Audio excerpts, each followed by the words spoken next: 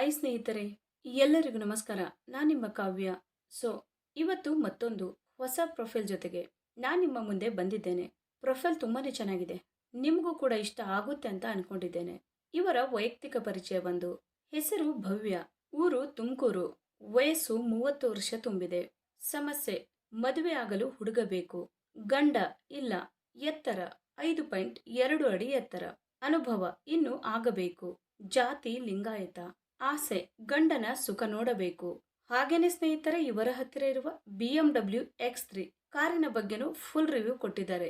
ಇದರ ಬಗ್ಗೆನೂ ಸಂಪೂರ್ಣವಾದ ಡೀಟೇಲ್ಸ್ ಕೊಡ್ತಾ ಹೋಗ್ತೀನಿ, ಸ್ಕಿಪ್ ಮಾಡದೆ ಕೊನೆ ತನಕ ನೋಡಿ. ಮದುವೆಯ ಸಮಸ್ಯೆಗಳು: ನೋಡಲು ಚೆನ್ನಾಗಿಲ್ಲ, ಹಾಗಾಗಿ ಮದುವೆ ಆಗಿಲ್ಲ. ವರದಕ್ಷಿಣೆ ನೀಡಲು ದುಡ್ಡಿನ ಸಮಸ್ಯೆ ಇದೆ. ಮನೆಯಲ್ಲಿ 4 ಜನ ಹೆಣ್ಣು ಮಕ್ಕಳು, ನಾನೇ ದೊಡ್ಡವಳು. ಬಡತನದ ಪರಿಸ್ಥಿತಿ, ವಿದ್ಯಾಭ್ಯಾಸ ಕೂಡ ಮಾಡಿಲ್ಲ. ನನ್ನ ತೂಕ ಬಂದು 104 ಕೆಜಿ ಇದೆ, ಹಾಗಾಗಿ ಯಾರು ಮದುವೆ ಆಗುತ್ತಿಲ್ಲ. ವೈದ್ಯಕೀಯ ಸಲಹೆ ಪಡೆಯಲು ದುಡ್ಡಿನ ಅವಶ್ಯಕತೆ ಇದೆ. ಈ ಎಲ್ಲ ಕಾರಣಕ್ಕಾಗಿ ನನ್ನ ಮದುವೆ ಆಗುತ್ತಿಲ್ಲ. ವಿಚಾರಗಳು ಹೀಗಿರಲಿ, ಒಂದು ಸಾರಿ ಮದುವೆ ಆಗಿ ಕೊನೆಯವರೆಗೂ ಜೊತೆಯಾಗಿ ಬಾಳುವೆ.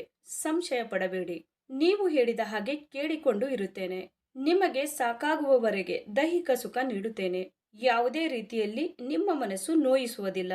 ಬಡವರಾಗಿ ಇದ್ದ ಕಾರಣ ವರದಕ್ಷಿಣೆ ಸಿಗೋದಿಲ್ಲ. ನನ್ನ ಹತ್ತಿರ ದುಡ್ಡು ಇಲ್ಲ, ಆದರೆ ಸುಖಕ್ಕೆ ಕಡಿಮೆ ಇಲ್ಲ.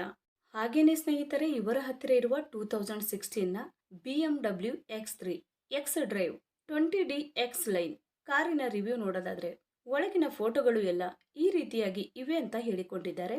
ಈ ಕಾರಿನ ಪ್ರೈಸ್ ಬಂದ್ಬಿಟ್ಟು 24,05,000 ಆಗಿರುತ್ತೆ.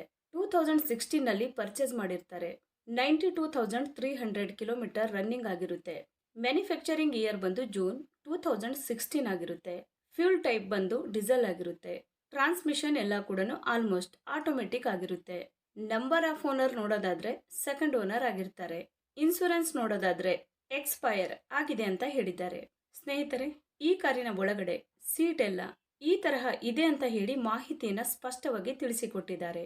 ಹಾಗೇನೆ ಸ್ನೇಹಿತರೆ, ಇಂಜಿನ್ ಮತ್ತು ಟ್ರಾನ್ಸ್ಮಿಷನ್ ನೋಡೋದಾದ್ರೆ ಇಂಜಿನ್ ಬಂದು 1995 ಸಿಸಿ ಇದೆ ಮತ್ತು 4 ಸಿಲಿಂಡರ್ಸ್ DOHC ಆಗಿರುತ್ತೆ ಅಂತಾನೂ ಹೇಳಿಕೊಂಡಿದ್ದಾರೆ.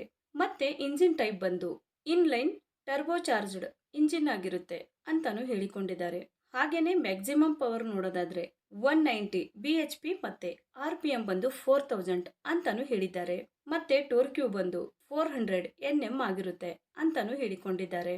ಸ್ನೇಹಿತರೆ, ಇದು ಇಷ್ಟು ಈ ಒಂದು ಕಾರಿನ ಕಂಪ್ಲೀಟ್ ರಿವ್ಯೂ ಆಗಿರುತ್ತೆ. ನಿಮಗೇನಾದ್ರೂ ರಿವ್ಯೂ ಇಷ್ಟ ಆದ್ರೆ ಲೈಕ್ ಮಾಡಿ. ಹಾಗೆ ಬೇರೆ ಏನಾದ್ರೂ ಇನ್ಫಾರ್ಮೇಶನ್ ಬೇಕಾದ್ರೆ ಚಾನೆಲ್ಗೆ ಜಾಯಿನ್ ಆಗಿ ಕಾಂಟ್ಯಾಕ್ಟ್ ಮಾಡಿ. ಧನ್ಯವಾದಗಳು.